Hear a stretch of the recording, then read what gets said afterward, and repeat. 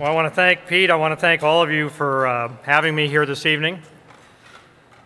Coming here, I came down Stemmons Expressway, and for those of you that know Dallas, know that this hotel here in the Anatole was built by Trammell Crow on land that was ultimately, or long ago, donated by a man named John Stemmons. That's how we got the Stemmons Expressway. He was a remarkable human being. And I remembered as I came here this evening a little story that John told, which I think sort of illustrates what made him a unique character, what made Trammell a unique character, what makes all of us, even Bill Henry, extraordinary people here in Texas. In 1984, we had the Republican convention here. I had the pleasure of chairing the international side of that convention, even though I'm not a Republican, I'm not a Democrat either. But they asked me to do it. And so we took to our ranch, which now is known as Dallas-Fort Worth Airport. It was expropriated from our family. Ronald Reagan, who was, of course, President of the United States, and Mr. Stemmons, and my father-in-law, a congressman named Jim Collins. And I sat around and had the pleasure of listening to all of them tell jokes. And Stemmons was a tough guy, a big man, looked like John Wayne, extraordinary character.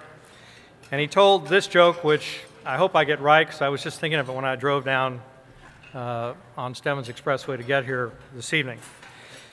He told a story about a rancher named John, of course, who received a letter from the Labor Department, and they said that he was suspected of paying his employees less than minimum wage.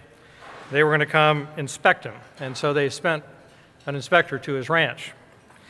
And on the appointed day, that inspector turned up, and he sat down with John and his wife, Wyla Dean. Well, John said, this is a ranch, what can I do for you? And the man from the Labor Department said, well, I want to know how you take care of your employees. How many do you have? He said, well, I've got several. The guy said, let's start from the top. He said, well, I have a ranch hand. He runs the place for me.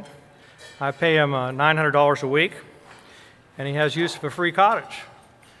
And the Labor Department inspector said, that's very good. And then John said, there's a housekeeper.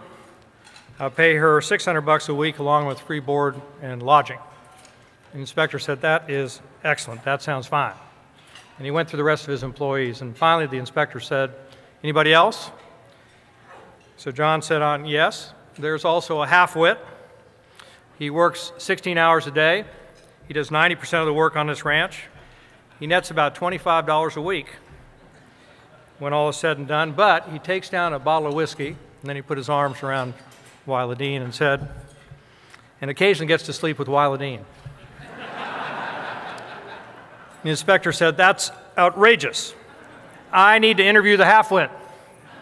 And John looked at him and said, you're looking at him. John Stemmons was an independent soul, a hard worker. I know, because I knew him and Trammell Crow well, they were my mentors. They could not have succeeded without the help of their friends of firms just like yours, without the help of the insurance industry. And John, you're right. You make possible what's great in this country, and I thank you for having me here this evening. I want to thank Pete for introducing me. As he mentioned, the insurance business runs deep in my family.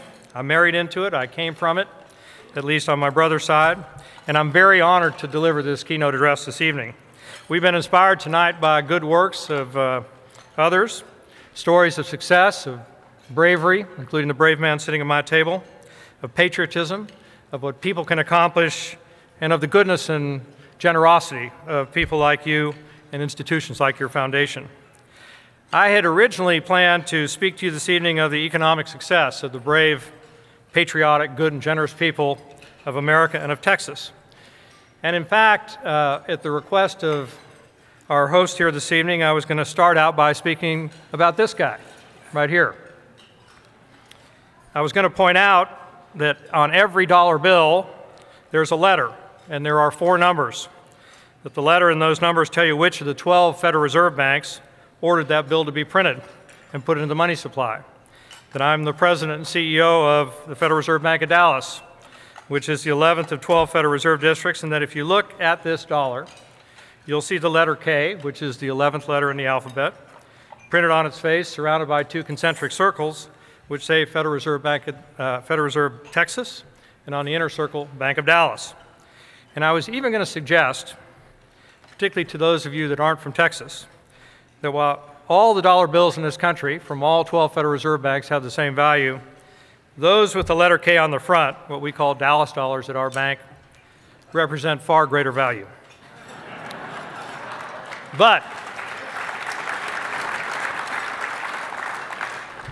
I'm not going to do that. I was going to show you what I meant by greater value. I was going to show you this graph that makes clear that growth in Texas, job growth in particular was what count, has outperformed that of the United States by a factor of 2 to 1 over the past 22 years.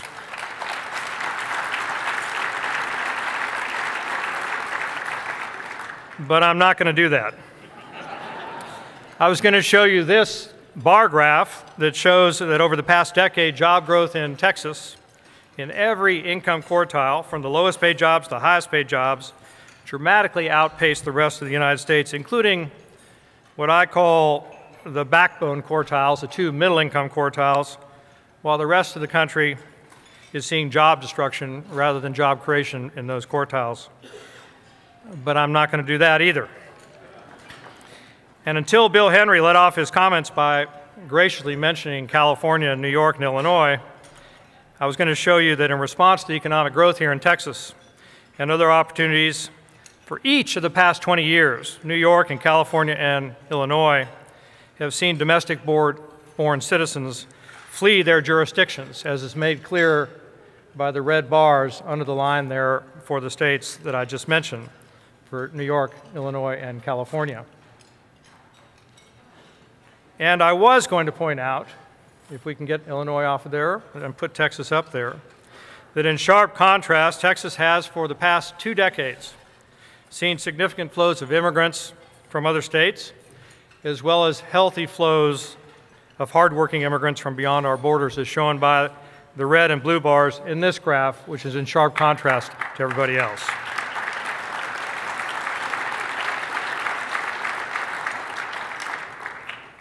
But Bill, I'm not going to do that.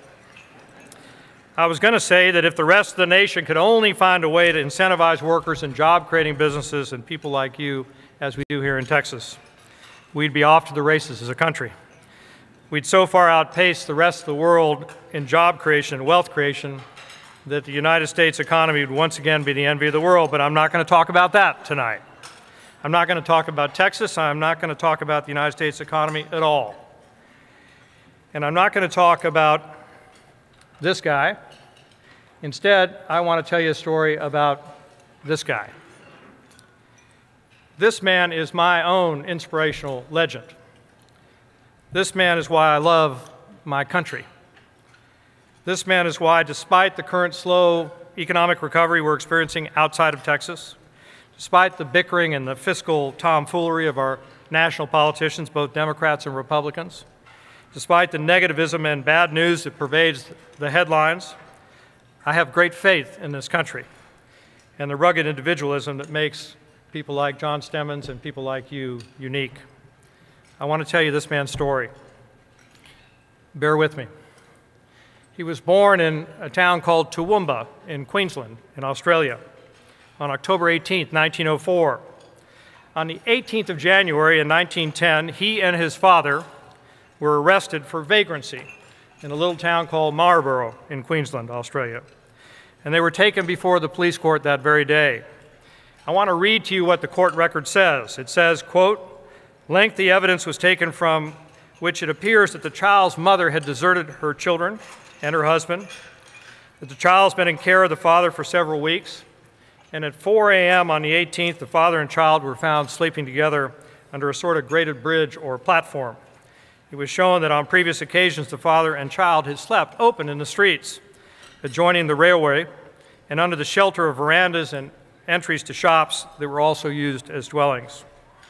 According to the arresting officer, a man named Sergeant George Forrest, he testified as follows, and I quote, "I have seen the father frequently about town in the last 6 months. I've never known him to do any work. I've seen him in hotels. I've seen him drunken and following drunken men. I could see that he was begging. For the past 2 months, he's almost constantly had that little boy with him, day and night, And I've heard complaints about the way the boy was treated. The child was hungry. The decision by the Australian court was a very strange one.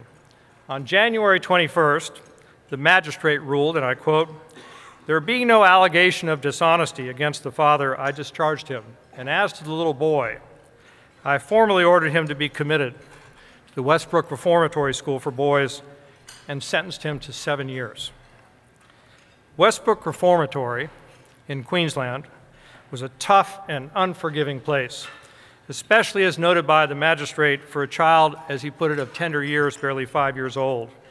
And so on February 5th, Westbrook received a letter from the Undersecretary of Brisbane, the Home Secretary's office. It said as follows, quote, "His Excellency the Governor has been pleased to remit the unexpired portion of the sentence of detention for 7 years upon the boy, who is convicted of being a neglected child," end of quote.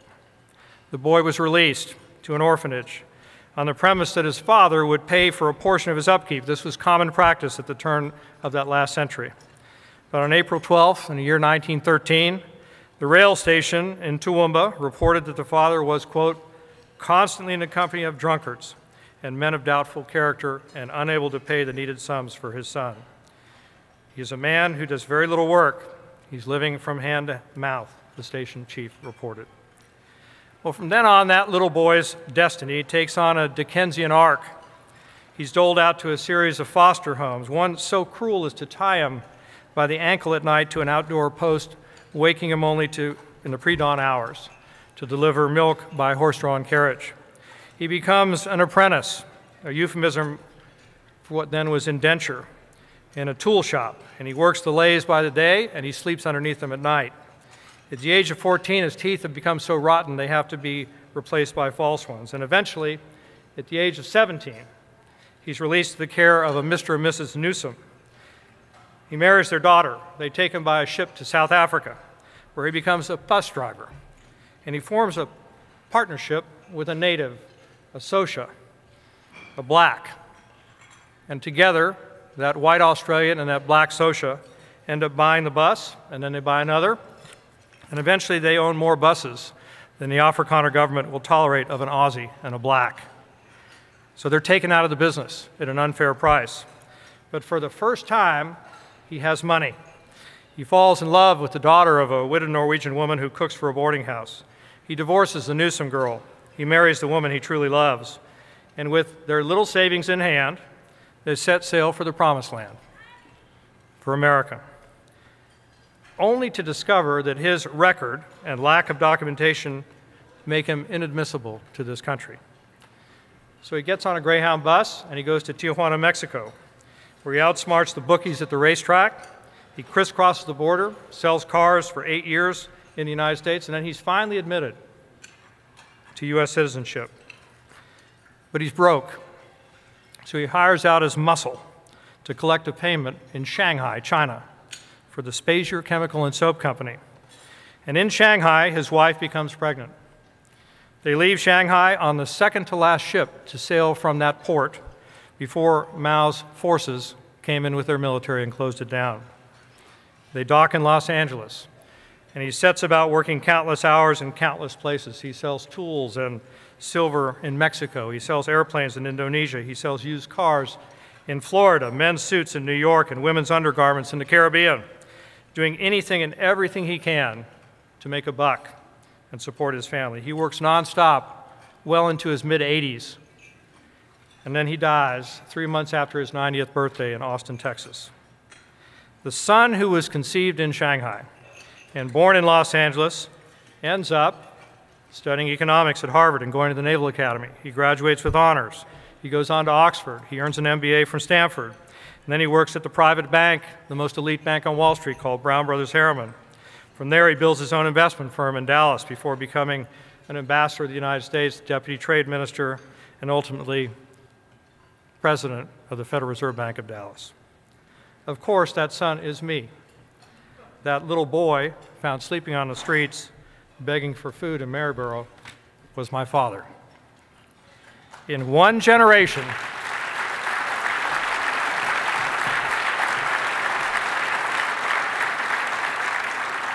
In one generation, a great shift has occurred. From homeless to Harvard, from a brutal reformatory in Queensland, Australia, to the great banking house of Brown Brothers Harriman in New York. From begging for food and being tied by the ankle at night in the yard behind a foster home to living in the Tony neighborhood of Highland Park.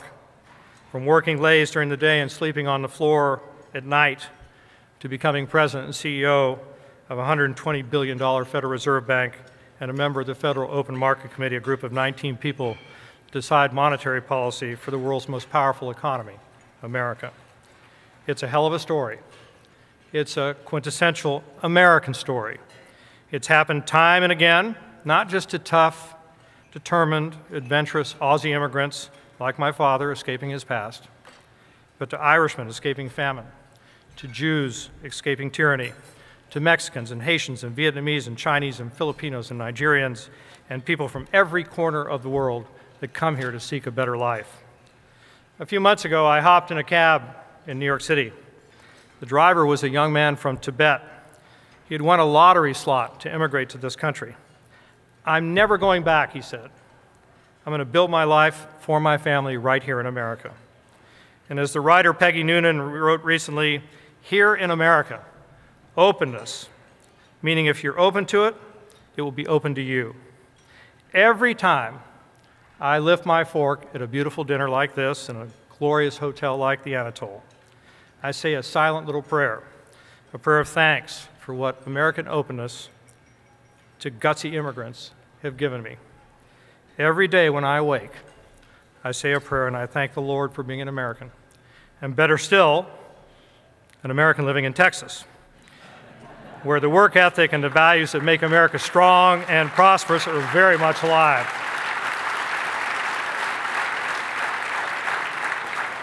So tonight I just want to say thanks for being asked to speak at this meeting of the Insurance Industry Charitable Foundation. Thank you for letting me have the opportunity for joining my past with my presence. And I speak to remind you that the United States of America is the only place in the world where the story I just told you is not unique, but commonplace. And I ask you to continue working to keep it that way. Thank you very much.